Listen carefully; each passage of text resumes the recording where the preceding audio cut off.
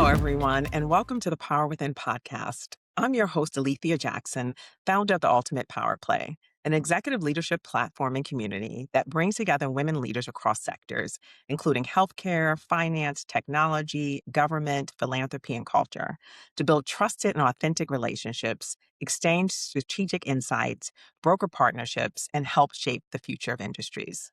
I'm also the founder and CEO of the Stuyvesant Group, a strategic advisory firm that helps organizations navigate the intersection of business, policy, stakeholder engagement, and market access to drive meaningful growth and innovation. I launched the Ultimate Power Play after spending years as a Fortune 25 healthcare and retail executive and recognizing the need for a different kind of leadership platform, one where accomplished women could connect authentically across sectors, share insights, challenge one another's thinking, collaborate on opportunities, and build meaningful relationships that extend beyond a single industry. That same curiosity and passion inspired this podcast. At The Power Within, we explore the concept of power and modern leadership through conversations with extraordinary leaders whose experiences, perspectives, and journeys inspire me. Power is a concept that's fascinated me for years because it's often misunderstood. We tend to think of power as something external, a title, a position, a seat at a table, or recognition bestowed upon us by others. But true power is so much more than that. And you'll hear that in our conversations. Power is the ability to create change. It's the capacity to influence and shape outcomes and decisions, inspire action, and transform lives, and leaving a lasting impact. While titles and positions may amplify power, they don't create it. And real power exists within each of us. Yet many people never fully recognize their power, and as a result, they never fully leverage it. And through these conversations, we explore what power looks like in practice, how leaders discover it, cultivate it, and use it to navigate challenges, seize opportunities, and drive meaningful change. And my hope is that these stories inspire you to recognize your own power, embrace your unique voice, and lead with greater confidence, courage, and purpose. So today I am delighted to welcome Nneka Chiazor, President and CEO of the Public Affairs Council, the premier global association for public affairs professionals. Nneka made history in 2025 as the first woman and first person of color to lead the organization in its 70-year history. In this role, she is helping shape the future. Why are you laughing? I'm happy hearing you talk. Keep going. Well, I love that. I love when people hear their bios and they're like, oh, I did that. I love everything about it. So Nneka, again, made history in assuming this role, and she's done some great things through her tenure thus far, and I can't wait to see all that she does as she continues to lead this organization. Thus far, she's expanded the council's global reach, she's elevated its strategic role of public affairs within organizations, and developing the next generation of leaders across the field. Nneka brings more than 2 decades of experience at the intersection of business, government, and community engagement. Prior to joining the Public Affairs Council, she serves as Market Vice President for Cox Communications, where she led one of the company's largest markets, a $1.2 billion business with more than 1,200 employees. And under her leadership, Cox advanced innovative public-private partnerships, including landmark broadband expansion initiatives that expanded digital access to underserved communities across Virginia. Before Cox, Nneka spent many years and more than a decade, actually, with Verizon, building a distinguished career in corporate affairs, public policy, and stakeholder engagement. I'm especially excited for today's conversation because Nneka's leadership journey sits at the intersection of influence, purpose, and impact, and she's built a career helping organizations navigate complex stakeholder environments, build trust, and create meaningful change. And that work is increasingly essential at this moment in today's economy. So, Nneka, welcome to The Power Within. Thank you, Alethea. I feel like I'm on the red carpet. I love it here. I love it here. So thank you for having me. Thank you. So I'm going to hop right into the first question that we always start with here, which is how do you define power? Ooh. Well, I'll tell you the soundtrack I have. I'll start with the soundtrack I have for power. I've got the power. I've always wanted to say that. Now, Cece and the Music Factory, or Easy and the yeah, music Um, and what I love about kicking off with that song is it's I've got the power. And so it recognizes that this is a feeling, an emotion, and energy that starts from within. And I define power as that grace because I believe it is a grace that we all have. And it is the grace to be able to transform lives for the better. That's what power means to me. Good power. Right? Using your energy to transform lives for the better. That's power. and has your definition of power changed over time? It has. It has. I would say when I was younger, I viewed power as that thing that other people who were older than me had, richer than me had, taller than me had, like fill in, the blank more of that they had. I viewed it as an external and at times inaccessible quantity. And over time, as I started maturing in life, particularly in my career, I started to realize no, wait a second, I have power. I have something in me that I am expected to use for the betterment of myself and others. And once I started to realize that, I was like, "Oh, wait a second, we all have power." And I firmly believe that. Yeah. Mm. I love that. That brings to mind 2 things for me. One, to your point of when you're young, you think of it as this bright, shiny thing that you see and someone has it so far away, and sometimes you don't even have the language for it. And looking back as I have, just kind of grown in life, I've been able to recognize power in people who also have never had big titles. I started this podcast, and I tell this story often because I think of my grandmother who left Savannah, Georgia at about between 12 and 13, and came to New York with her aunts because she wanted to start a life for herself, right? In like 1942, that's what you did at, 13 years old. You actually could move and work and do all of these things, but her she had saved all of her money, so she said, "I can pay for my own bus ticket to go back with you to New York, and I'll get a job when I get there." But her being able to see within herself that she would be able to make a change that she wanted in her life, r ended up making a change in all of our lives, right? And everyone who came after her. And that's, as I look back, power. And then I also think of my first job, well, maybe my second, in Washington, DC, and I would go into these rooms, and I would always sit on the side, with because all the presidents of companies would come in, and I would just sit along the wall where, staff sat, and our CEO came over to me one morning, and I would always arrive before everyone else came into the room, as was she, and she said, "Have a seat at the table. Why are you sitting along the wall? All of the decisions are made at the table. If we've invited you into this room, you have a voice to lend, to this discussion and to this decision making. So sit at the table, essentially exercise your power." And so just seeing those, and to your point of it evolves as you grow, how you see power. It does. And another thing too that for me, I love your grandmother's is it your grandmother? Your My grandma grandmother, yes. your grandmother's story because what it tells me is so at that age, 13, 14, she saw something within herself and aligned with your podcast, that's the power within. It's now looking back that I see how I was showing my own power. So coming up for me, my dream was always to go to America. I always, as long as I've known myself, had this big dream. I was born in St. John's, Newfoundland, grew up in Canada, grew up in Nigeria. I always wanted to come to the States, Alethea. And so I remember at 16 telling my parents, they were like, "Oh, where do you want to go to college? Where do you want to go to university?" And I said, "I wanted to go to George Washington." And they were like, Where did that come from?" They were thinking maybe an hour away. You was that. Another country. You're like, "Another country? Da, da, da. We can't afford it, blah, blah, blah." I said, "Okay, no worries." And then fast forward, right before I left college, the opportunity came and I jumped on it. I said, "You know what?" At the time I was in Montreal. Montreal wanted to separate from Canada, kind of like Brexit. It was Quexit at the time. And I remember telling my friends, if I'm going to make a move, I'm going to make a big move.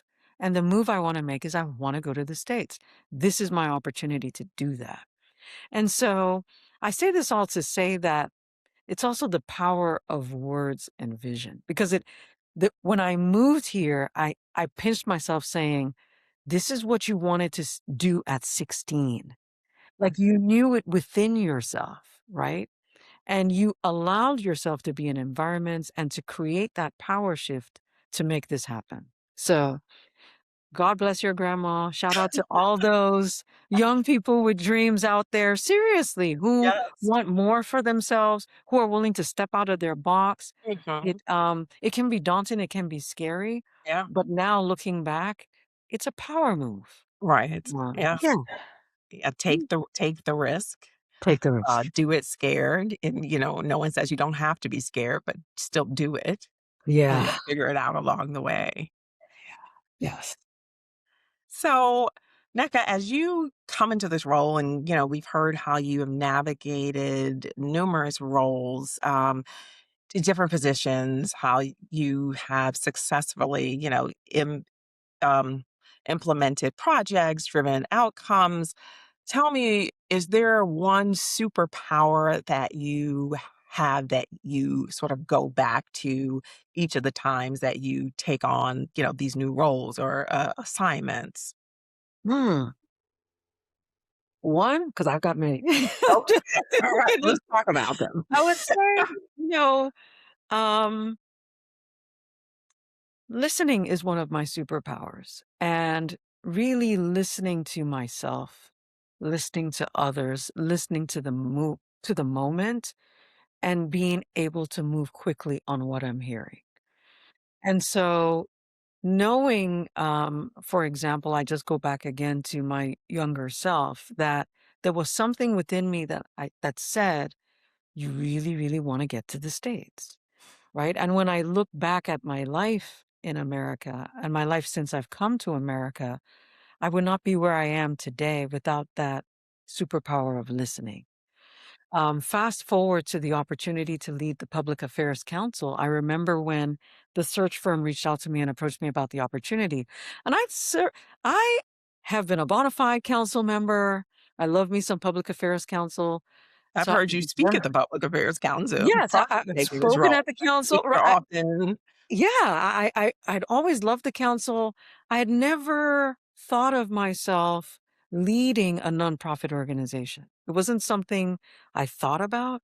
I've always been purpose driven, um, but I've always been purpose driven in a corporate private sector setting. And so I realized with my last role as market vice president that what was really moving me as I was listening was speaking to people, speaking to our employees and customers, etc., especially during COVID, about themselves, their livelihoods, what's important to them from a life perspective, and how broadband can help enhance their life. And so when the search firm approached me and I talked to them about some of the things I would love to do from a leadership perspective, I listened to myself and I said, oh, maybe the time has come to answer the call for nonprofit. Hmm. And it didn't make any sense, Alethea, because it didn't make a lick of sense. I was doing real great in my last job. I love me some Cox Communications. I love those folks. I was advancing. I was on the path to take on even greater responsibility. But listening to myself and listening to the search firm, I said, you know what? Let me give it a shot. Let me see. And so that ability to just listen and to move on what I hear, because it's not enough for you to listen. You got to act. I think is one Mhm. superpower that has served me well. I think some of the best opportunities, again, do come when we are not looking for them, Mhm. right? Uh-huh. And it's funny when you get those search firm calls. I, have also been a recipient, and I'm like, me? Right, like, I'm sorry, what? When I got called to for the Walgreens role to go over and help build out their DC presence, I was, one, steeped in healthcare, leading, at a major trade association, and I said, "I'm a healthcare girl. What are you calling me about this store about, this retail store?" And they're like, "No, no, that's the whole reason why we wanna tap you. We are looking to," they wanna build out healthcare, they wanna build trust, engage, customers and stakeholders and, really become a healthcare company. And it's like I had never saw that, never, thought of it, but said, okay, I'll go on this journey, at least exploring what this looks like. And see if they win me over, and they did. And it sounds like Public Affairs Council did the same for you, and I'm happy that they did. I'm And to happy have too. I'm happy too. I'm enjoying myself in the role. And I'll say this too about the power to have the grace to move. Mm, So I received a similar call when I joined Cox, which was interesting. I was at a juncture at the time. I was at Verizon, which I'd been at for a long time, and learned a lot about public affairs at Verizon, and got a similar call from someone on LinkedIn, which is my tool of choice. And I remember having the same reaction you did, Alethea. I'm like, me? What? Virginia? Hampton Roads? No, I'm a DC, I'm a city chick. Like, I came here from Montreal, I came to Montreal from Lagos. Like, what are we talking about? Hampton Roads, right? But then I really listened again and thought to myself, wow, okay, what is being called of me at this time, and how can I serve, and how can I leverage my power? And the answer was yes. So, wow. So you sort of answered my next question, which was going to be, how does being had clarity in purpose impact your leadership? mm. So let's Oh, click on that a little bit more. I can double click on that. So, it's I'm one of those people, I get really excited about a lot of things. I have like 60 things that I want to do in the next 6 months, right? And so oftentimes I struggle. I'll use that word. Oftentimes I struggle to say, okay, what should I be focused on right now? But what has been worked for me has been getting very clear on my purpose and getting very clear on my superpowers and where I need to lend my superpower and talent to drive purpose, right? And how that has influenced my leadership style is it's made me become very curious about people and their journeys and try and partner with them on, are you actually using your superpower to further your purpose, and jointly our partnership, whatever that initiative is. And I've learned over time professionally, of course, in the professional environment. For those who know me personally, they'll know I'm very faith based. I believe in prayer. Um, can't always pray in the workplace, although I do silent prayers. But how it fills up for me professionally is leaning on tools and assessments like Berkman, like Strength Finders. And I use that with the teams that I lead to be able to get clarity on who are you and what are you here to do? And based on that, how do I apply those strengths that you have to said project, initiative, etc. Right? So I lead with purpose, but I lead with the purpose of the individual. And understanding that purpose has helped me in my career say, I love you, boo, but maybe singing is not really for you. Maybe you shouldn't be at the front of the choir. Maybe you should be at the back. Or maybe you'll be better served playing the tambourines, right? It has sort of allowed me to do that in a loving way, in a gentle way, and in a way that people appreciate. So two things, you're giving me flashbacks because I am tone deaf, but love to try and sing in a choir, like during Mother's Day, where they say everyone can choose wherever you want to serve. And I'm like, I'm going to sing in the choir until someone who's next to me is like, can we get that note again? Can we get that note again? Which is, i.e., you are off tune. I'm like, I'm just going to do something else. I'm going to take my self and do something else. But and I will say, in doing that, even that person helped me because, like, I wasn't lending value per se to the choir because I was throwing everybody else off. And it wasn't a place that I was going to end up at the end of the day finding joy because I wasn't being successful in it. And teams are like that, right? Sometimes people are in roles and it's either not their strongest suit. They've been put there for some reason or thought they should have started off there and maybe haven't been given an opportunity to do something else because they didn't feel like they could like raise their hand and say, maybe I should move over somewhere else. One of the things whenever I take on a new team, I sit with everyone and it's like, what motivates you? What inspires you? Where are you strong as? I do a assessment and to say, or do we have people in the right seats and in the right places? And that doesn't mean they don't need to be on the team, but maybe they don't need to be in that space. And so let's position them to win, thereby us as an organization winning because we're stronger that way. And so, it's great to hear your take on that and kinda how you approach it as well. Yeah. I'm aligned with you that I think walking in your purpose helps further unleash your power, right? And my leadership philosophy for my teams know this is what are you good at doing? What do you like to do? And what will someone pay you to do? So, and the intersection of those three things is the sweet spot. So, okay. So I like to sing. I might not be good at singing, and I know people are not going to pay me to sing. It's just a no, no, and a no. It's a no, no, and a no, Right. right? And so I find for myself and for those that are in my orbit, once we're clear on those three things, then moving forward in that purpose powerfully becomes a lot easier. Mhm. Yeah. So your work is in public affairs, and it's one of the most complex and critical functions in corporations and other organizations at this moment, at least I think so, due to the increased intersection with the government and the private sector. And so, where do you believe the real power sits within public affairs today? And how can leaders use their influence responsibly to drive collaborations and partnership and economic stability and growth? Ooh, that's a powerful question. You know, I here's where I know the power resides today. It resides with the public. Mm, So at the Public Affairs Council, we have been around since 1954.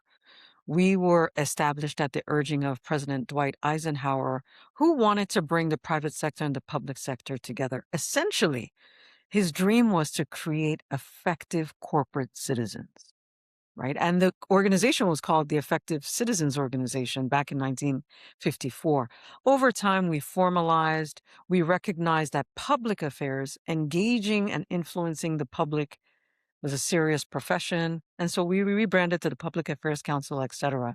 We do a study every year and a survey, I should say, every year. It's our Pulse survey. And we've been doing this Pulse survey since 2011.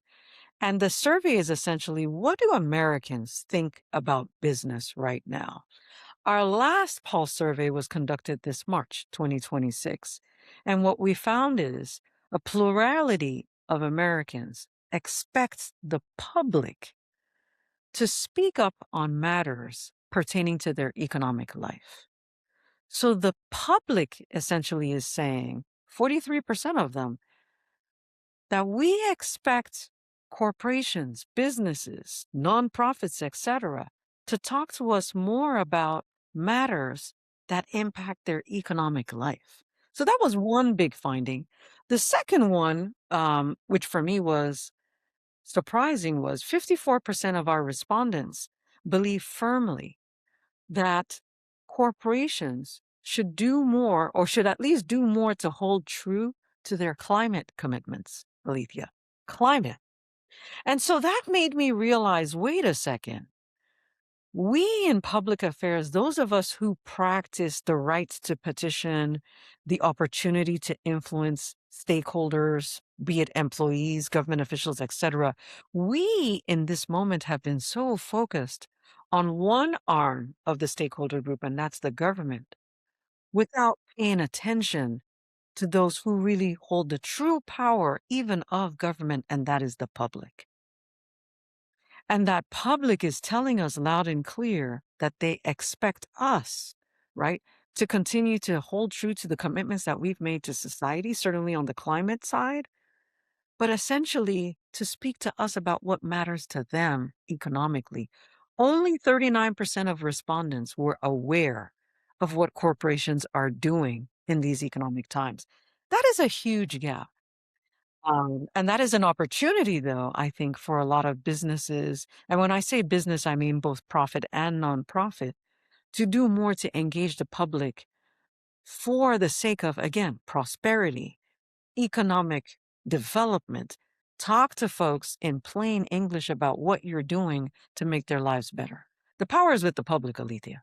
Mm, wow. Yeah.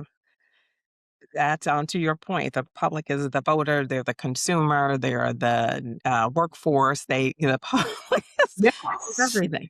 Right. Yes, it's everything. It's Uh, more than the government. yeah. And it's up to us to listen again to what they have to say and pay attention and not necessarily be overtaken by the headlines in the news, right? Those headlines are important, don't get me wrong, but they don't necessarily represent the public writ large. So my next question relates to change, right? Change is the one constant.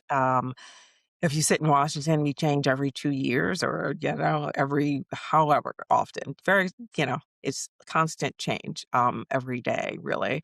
And it's just we look at the evolving landscape of business, of innovation, of all of those things. I would ask, how have you built resilience in these times of change? Mm. Well, a couple of ways. One, partnering with others, right? And so recognizing that people are experiencing change in ways that they haven't before and in ways that we anticipate you will continue to experience going forward. There's a term that the military uses, and it's called VUCA: volatility, uncertainty, complexity, and ambiguity. And in the military, right, soldiers in particular are trained in VUCA environments. That's how you battle test someone is you put them in a simulation of extremely volatile environment. Bomb is going off. There's complexity. Maybe they're innocent people, right? Public, close to an operation. That's complexity. You don't know how it's going to turn out. Uncertainty and ambiguity. You don't know if a sandstorm is going to come through, or you don't know if a biker is all of a sudden going to intersect you as you're unveiling this, unpacking your mission. VUCA is now something, Alethea, that we are experiencing writ large across the world, both in the markets. The average lifespan now of a corporation on the Fortune 500 is actually 7 to 15 years. It's shrunk, right? Stocks are more volatile than they've been before. Companies are more volatile than they've been before. The global order is more volatile than it's been before. And so in order for us to be able to become more resilient, we have to work with others. And so the first thing that I do in terms of building resilience is partnering with other people. Partnering with other people, one, helps ensure that we have a common understanding of VUCA. Because if you don't even understand that you are in a VUCA, in a state of VUCA, that alone creates another level of complexity. Seriously. You just taught me a new word. I need to look at this. I can keep going with you on the stats. The average CEO tenure right now, new CEO, is 3 years. CEOs are turning out because of VUCA. And so in order for us to become more resilient as professionals, as people, we have to come to some common understanding of the environment that we're in and normalize that environment. And that is normalizing VUCA. So, how do you normalize VUCA? Through building in resilience. One, having strong partnerships, having a trusted cabinet. Some people call it cabinet, some people call it partners, alliances of people who can help you understand the landscape, the dynamic that you're in. and work on how do you navigate said environment. Is it a time to be still? Is it a time to move forward? Do you need to adjust your playbook? I love how you talk about your power playbooks. Do you need to make adjustments to your playbook based on VUCA? But gone are the days where you come up with a strategic plan or you come up with a policy and you say, this is what I'm going to do for the next 5 years. It's a good starting point. But thanks to VUCA, you have to have the resilience in yourself and others to know that where you started might not be where you end up for good Right. reason. Mhm. Right. You raise a good point, even with the corporate CEO. In my last role, I served under 4 CEOs, during my tenure, which is VUCA. probably, yeah, exactly. It's becoming a verb now. And to your point, you have to adjust. You may have had a laid out strategy. Well, you need to now sort of pressure check that because that is may no longer be the direction. Or to your point, what do you pause? What's mission critical? What do we need to accelerate? And so having that ability to one look at, do an environmental scan and recognize, where you are. To your point, that community is, critically important. There have been times when I've gone to, members of the executive committee to say, like, this is what we were doing.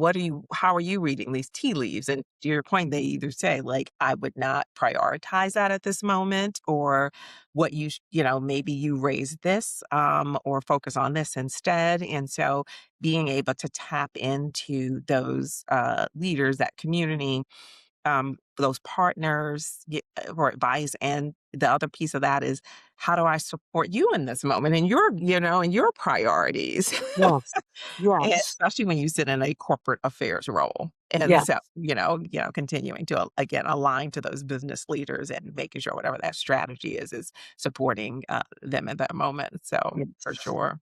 I love that. And it's resilience through partnership, right? Hmm. It has to be a win-win. And another thing too on resilience that I don't know if we talk about enough, right? Sometimes when one thinks of resilience, you conjure up this idea of solid infrastructure. Similar to you, I have an infrastructure background.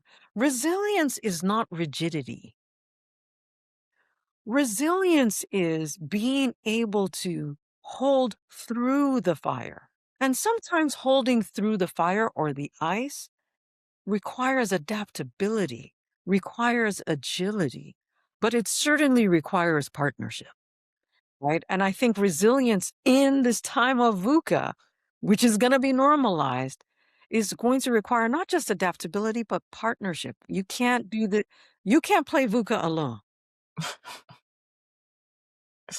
No, Yeah. Okay. not a solo game. No, It's not a solo not sport. at all. Not at all. Not at all. Yeah. And you also don't see what you don't see, right? And that's Oh, where the yes. partnership comes in. And so it's in true partnership, right? For sort of transparent and real conversations to help you retool, your approach to something because you didn't see that and someone else was able to bring that to light. And the resilience to your point too is operating often in the unknown, but you can't stand still. So, right? So let's figure this out and be open to, we may have to, retool this in a week or a month, or, we'll see what we are putting out there, what we're hearing from our partners, what the response is, what the outcomes are, and we'll come back. And sometimes people get stuck in the fear, like if it's not going to be right, and if I don't have all the answers, then maybe I can't. Uh, but Right. there, but in this environment, that's not an option. That's not an option. There are no there don't look for perfect answers or Yeah. right answer. Pick an answer and move. Right. Course Take. correct as you go along. I Mhm. recently spoke with some folks in our profession, some of our members, and it was a closed doors conversation with these are our fellows. So they are the emerging leaders in public affairs, really, really brilliant talent, doing exciting things. And we talked about VUCA. I talked to them about VUCA. We talked about, and I asked them the question, how often have you changed? Have you had how many leaders have you had in the past 5 years? Right, like and only one person, like, on a base of 20, only 1 or 2 people had the same leader over 5 years. Almost the entire room had had at least 2 leaders. That's a lot of change. And so I asked them, how do you stay resilient? How do you stay yourself through it?" And we all concluded it's having a clear purpose and a North Star. Because your leader is going to change, your circumstance is going to change. But what kept these fellows going is knowing this is who I am, this is what I stand for, and this is what I want to accomplish. Right. And so, again, in being a power player, because this is what we're here to talk about, Yeah. Alethea. And Yeah. being a power player, right? Resilience is definitely table stakes, but the ultimate card is purpose. Mm, Hmm. I love that. So, with that, I would say, what kind, as you are exercising and leading in purpose, what is the thing that you hope to leave behind through your work and through your relationships? Mm. What do I hope to leave behind? I hope to leave behind people who feel empowered to pursue their purpose. I hope to leave behind uh, nonpartisan states at the Public Affairs Council that is globally minded and locally intentional, and that continues to uphold nonpartisanship. Because we didn't get a chance to talk about it, but it is very hard, Alethea, being nonpartisan in VUCA. It is very hard being nonpartisan in hyperpartisan times. And so I realized, though, that in order to be nonpartisan, which is our purpose at the Public Affairs Council, and sort of my ethos as a person, right? You've got to be rooted in purpose. And so one of the things I'm trying to do, not just in this role, but at this stage in my life, is be sure that I'm leaving systems in place, right, for people that allow them to continue that purpose. And building those systems is not often easy. It is hard work. It is unsexy. If that's a word. It is system work. It is unsexy. People don't see the grunt work. They don't see what it takes to actually build a system that can support your legacy, right? Build a system that you are not going to enjoy, but somebody else is, right? And so my legacy is to plant the seeds for the tree that is going to become somebody's shade soon. Mm, Yeah. wow. I love that. And I love what you say about the nonpartisanship. I have worked under probably 2 or 3 Republican presidents, 2 Democratic presidents, and an organization, sometimes the same organization, right? I've ended a year, especially during the pandemic, with one administration, trying to drive access, and literally begin the new year on a, 3-hour phone call with the incoming administration, to for continuity purposes. And at the end of the day, I didn't care which administration I was on the phone with. The purpose was access. The purpose was sharing the data and the insights that, we had by being so close to the consumer. So that purpose carried through to regardless of who was sitting, at 1600. But when you are working within large organizations, especially organizations like yours, a large trade association over 70 years old, that it has to be bigger than that, because the whole thing is to make sure the organization is sustainable, Yeah, to continue to effectuate its purpose. that's right. We've got to be beyond the red and the blues, right? We have to think universal, green. Yeah. Absolutely. Mhm. Absolutely. Nneka, I would ask you, you've had a great career. You've done so many things, both personally and professionally. If you picked one of your most proudest accomplishments or moments, what would that be? Ooh. Mm. Oh man. Proudest. That's a I tough one. love it. Did I stump you? Woo! You absolutely did. Um, Proudest in my life, period. Yeah, Accomplishments. yeah. I would say my 2 daughters, Didi and Newly. Oh, I some days I look at them and I say to myself, "Are these my fruits? Really?" Because I just I just find them so remarkable. My 2 daughters, um, Didi is 23, Newly is 19. They are my left and right eye. And seeing them now as young adult women, not just take the values that my husband and I have shared with them, but see them practice it, make it their own, and come back and teach me a couple of things has been quite humbling, but it is what I'm most proud of. Right. And so when I talk about planting the seed for a tree that'll be somebody's shade, I'm already seeing that tree grow in them. Right. And I'm already looking at them and saying to myself, how do I make sure I'm leaving the world better than I found it? But they are, bar none, the best things that I could have ever done in this lifetime is just birth these 2 individuals. One is studying marketing at Howard. She's going to be interning in politics um, this summer, not at my urging. She comes to me and she says, Mommy, I need to get out of my comfort zone. I'm like, okay. So I'm going to try and find an office that I don't really care for to see if I can get an internship. I'm like, all right, kid. And my eldest, Dee Dee, is interning with the Innocence Project in New York. And that organization is focused on the wrongfully convicted, right? And setting them free. And hearing her talk passionately about the judiciary system, the process, law enforcement, all these cases, I just feel proud. I'm not doing the work, but I just feel proud that, yes, okay, God, I thank you. You've given me 2 fruits that I can see are going to multiply. I love that.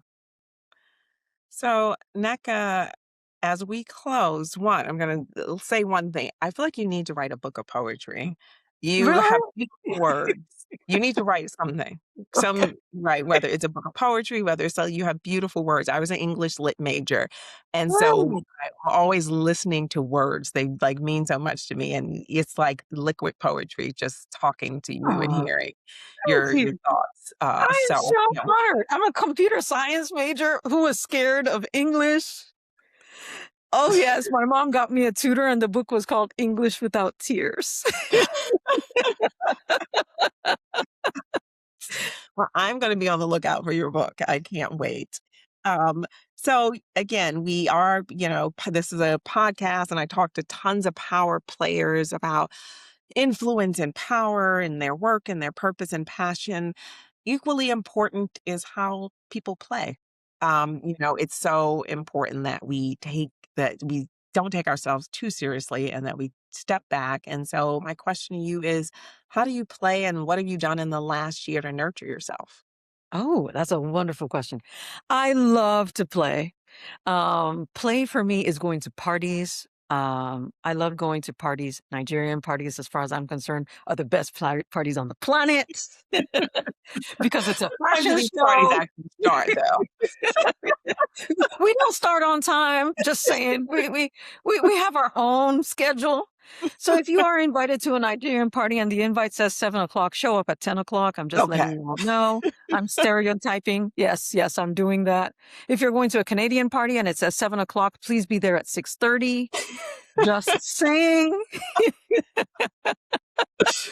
But party. I love going to a really good party and dancing at a party. I love in terms of play for me is film. I love watching films. I love watching movies. And fashion, or I should say style.